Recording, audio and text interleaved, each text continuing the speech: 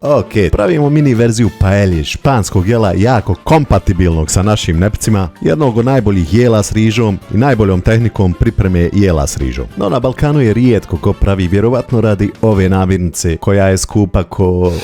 Nebitno, šafrani Španci nekad ne roknu u paelju, već je jednostavno zamijene paprikom, a neću vas smarat ni morskim plodovima, artičokama, zečetinom, već samo onim lako dostupnim na Balkanu jer stvarno želim da ohrabrim da napravite ovo jelo. Inače u Španiji jedu sa morskim plodovima ili sa piletinom i zečetinom što je valencijana. Ima i miješana, ali to skoro niko ne jede osim ove balkanske seljačine koju gledate i koja je 2016. iz Bosne u Madrid došla sa miješanog mesa i naravno naručila miješanu paelju. Nakon što prepržite piletinu i sofrito, obzirom da lima grah nemate, bijeli grah i mahune idu kod jecani s tobogan. Izrendate paradajz, dodate rižu i temeljac i onda jedno zadnje miješanje i ne dirate ga dok se riža ne skuha, da ne bi zasrali glavni i najbolji dio ovog jela. Naravno, ako riži zafali tečnosti, dodate ju, a kad nakon 15 minuta riža bude skuhana i čujete zvuk prženja, smanjite na laganu vatru, ostavite da se prži 5 minuta, ugasite vatru i odstavite još 5 minuta. I u tom procesu dobijete ovo karamelizirano dno zvano sokarat, koji pripazite da ravnomjerno raspodijelite svima da ne bi bilo klanja u kući.